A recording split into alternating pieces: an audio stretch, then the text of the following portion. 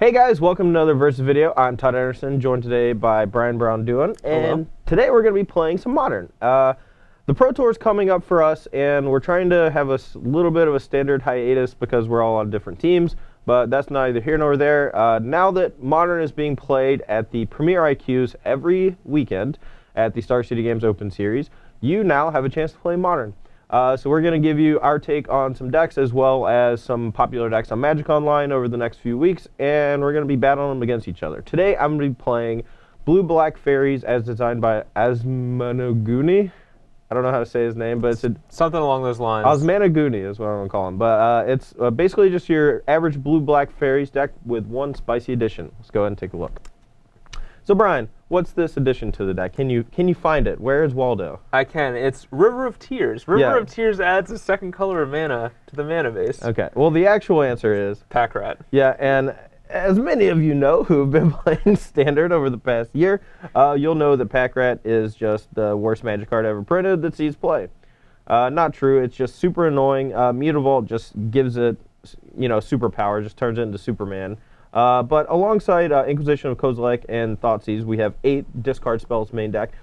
Turn 1, playing a land that comes to play on tap, such as Secluded Glen, Darkslick Shores, or River of Tears, not dealing you damage, able to cast your 1-drop discard spell into either Pack Rat or Bitter Blossom, is one of the most powerful starts that this deck can have, and a start that many decks will not be able to beat. Correct. Yeah. The rest of the deck looks like a normal Fairies deck. We have Spellsetter Sprite, Bitter Blossom, Vendilion Click, Mistbind Click. All these cards interact pretty well together. Vendilion Click allows you to disrupt your opponent's stuff, or just get rid of like an extra Bitter Blossom if you're getting low on life. Get rid of an extra discard spell if your opponent doesn't have any cards in hand. A removal spell against the control deck, so you can toss it away and draw an extra card. Mistbind Click time walks your opponent. Spellsetter Sprite counter spells. Manually Cryptic Command doing God's work. But the removal suite is actually pretty interesting here. We have 2 copies of Smother, which are pretty good against a number of strategies. Most decks in Modern are trying to lower their curve, like flood the board with cheap creatures, and so Smother almost always has a pretty solid target. This card seems pretty good right now. What do you think, Brian? Yeah, I mean, it kills Goyf and Bob. Not many removal spells can kill both fairly easily without a drawback. Right. The other removal spells in the deck, we have a singleton copy of Doomblade, and a singleton copy of Disfigure, and a singleton copy of Dismember. Now, the mana base is pretty interesting, I have to say. We do have 6 colorless lands and 4 Cryptic Commands, so I'm assuming that could be a small problem. I think this deck wants a blue Urborg. What do you think? Like Blueborg? Blueborg. Yep.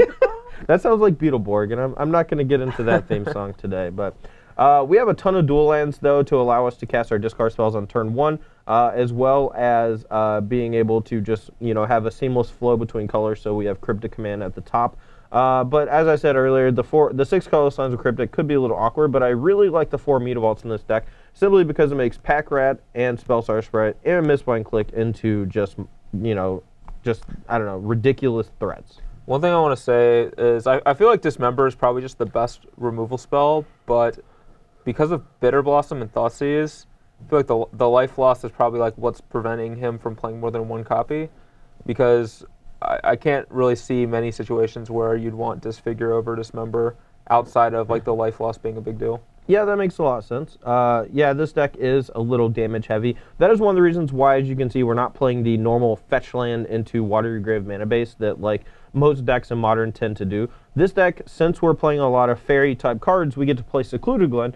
And since, Future Sight was generous enough to give us this really weird dual land that hasn't seen a reprint yet in a cycle, we get access to 2 different dual lands outside the normal realm. The Darkslick Shores happen to be in the right colors for us as far as the Scars dual lands go, so we get to play this plethora of dual lands that don't actually deal us damage, which is awesome. Yeah. The Watery Graves are kind of a concession to needing a few more black sources, and most of the time I'm assuming that's going to come into play tapped unless I absolutely need to cast something that turn. But, that's why the shock lands are so good. The 3 basic islands, whatever, 2 Tectonic Edges are against like Tron and Scapeshift, as well as other control decks with Celestial Colonnade, which hopefully we'll see today. That'll be good. And we have a 3rd one in the board, which we'll get to in just a moment. Tectonic Edge also really good against Iganjo Castle. Yes. Could be relevant. Yeah, could actually be, man. Geist Saint Traps a beating. Anyway, guys, that is the main deck. Let's go ahead and take a look at the sideboard, and then we'll get to Brian's deck.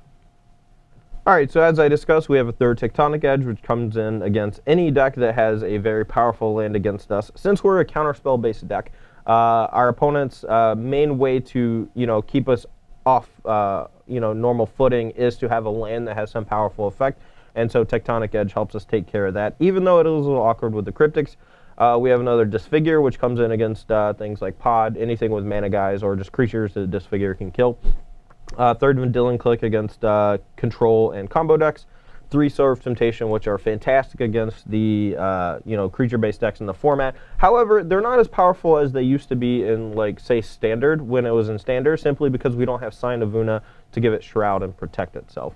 But I do think it is good enough to warrant sideboard slots. It is an interesting card, to be sure. It's a very powerful Magic card.